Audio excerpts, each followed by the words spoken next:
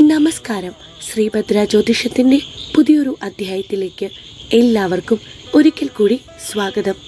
മലയാള മാസത്തിലെ ആദ്യത്തെ വെള്ളിയാഴ്ച മുപ്പെട്ട് വെള്ളി എന്നാണ് അറിയപ്പെടുന്നത്.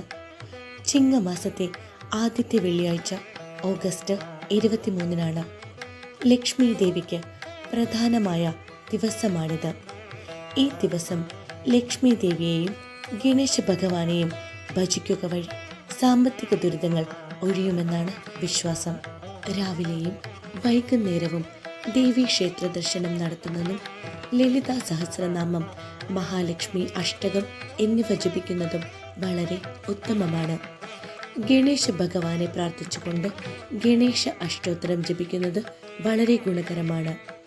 സാമ്പത്തിക ദുരിതങ്ങളിൽ നിന്നും മോചനം നേടുന്നതിനായി ഋണമോചക ഗണപതിയെ പ്രാർത്ഥിക്കാവുന്നതാണ്. ദേവിക്ക് വെളുത്ത പൂക്കൾ സമർപ്പിക്കുന്നതും പുഷ്പാഞ്ജലി, പാൽപായസം എന്നിവ വഴിപാടായി ഈ ദിവസം സമർപ്പിക്കുന്നതും വളരെ ഉത്തമമാണ്. വെള്ളി ആഭരണങ്ങൾ, വെളുത്ത വസ്ത്രങ്ങൾ എന്നിവ ധരിക്കുന്നതും നല്ലതാണ്. രാഹുദോഷങ്ങളുടെ പരിഹാരത്തിനായി ദേവീക്ഷേത്രത്തിൽ നാരങ്ങ വിളക്ക് സമർപ്പിക്കുന്നത് വളരെ ഉത്തമമാണ്. ധനലക്ഷ്മി, ധാന്യലക്ഷ്മി, ധൈര്യലക്ഷ്മി, ശൗര്യലക്ഷ്മി, വിദ്യാലക്ഷ്മി, കീർത്തിലക്ഷ്മി, വിജയലക്ഷ്മി, രാജലക്ഷ്മി എന്നീ 8 ലക്ഷ്മിമാർക്കും തുല്യ പ്രാധാന്യത്തോടെ മഹാലക്ഷ്മി അഷ്ടകം ജപിച്ചാൽ സാമ്പത്തിക ദുരിതങ്ങളിൽ നിന്നും കരകയറാനാകുമെന്നാണ് വിശ്വാസം.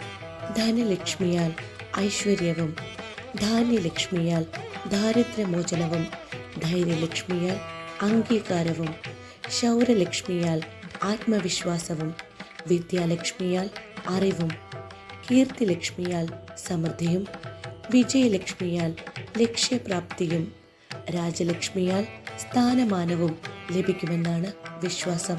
ഇനി മുപ്പെട്ട് വെള്ളി വ്രതാചരണം എപ്രകാരമാണെന്ന് നോക്കാം. മുപ്പെട്ട് വെള്ളി വ്രതം ആചരിക്കുന്നതിനായി അതിരാവിലെ തന്നെ കുളിച്ച് പൂജാമുറിയിൽ ലക്ഷ്മി രൂപത്തിന് മുന്നിൽ നിലവിളക്ക് തെളിയിച്ച് പ്രാർത്ഥിക്കണം. രാവിലെയും വൈകിട്ടും ശരീരം, മനസ്സ് എന്നിവ ശുദ്ധമാക്കി മേൽപ്പറഞ്ഞ മന്ത്രങ്ങളും മഹാലക്ഷ്മി അഷ്ടകവും ചൊല്ലാവുന്നതാണ്. ഒരു നേരം അരിയാഹാരം കഴിക്കാവുന്നതാണ്. എന്നാൽ മറ്റു 2 നേരങ്ങളിൽ അരിയൊഴികെയുള്ള ധാന്യഭക്ഷണങ്ങൾ കഴിക്കാം. ഇന്നേ ദിവസം അഗതികൾക്ക് ധാന്യം, ആഹാരം എന്നിവ ദാനം ചെയ്യുന്നത് ഉത്തമമാണ്. തുളസിയിലയിട്ട വെള്ളം കുടിക്കുന്നതും പക്ഷിമൃഗാദികൾക്ക് അന്നം നൽകുന്നതും ഈശ്വരസേവ നടത്തുന്നതും ഇന്നേ ദിവസം ഗുണകരമായി കണക്കാക്കുന്നു.